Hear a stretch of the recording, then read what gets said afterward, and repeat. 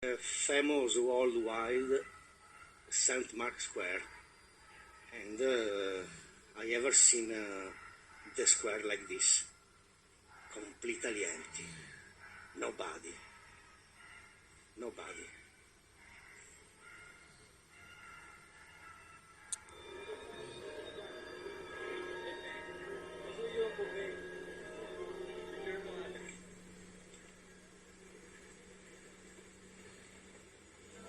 Usually it's very busy.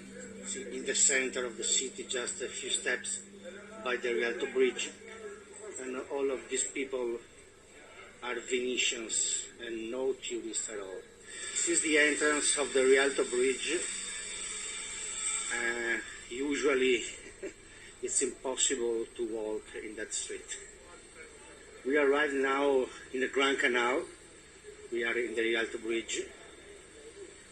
And usually this part of the Grand Canal is very busy. There's water buses, taxis, gondolas, and there's nothing. There's only boats of transportation.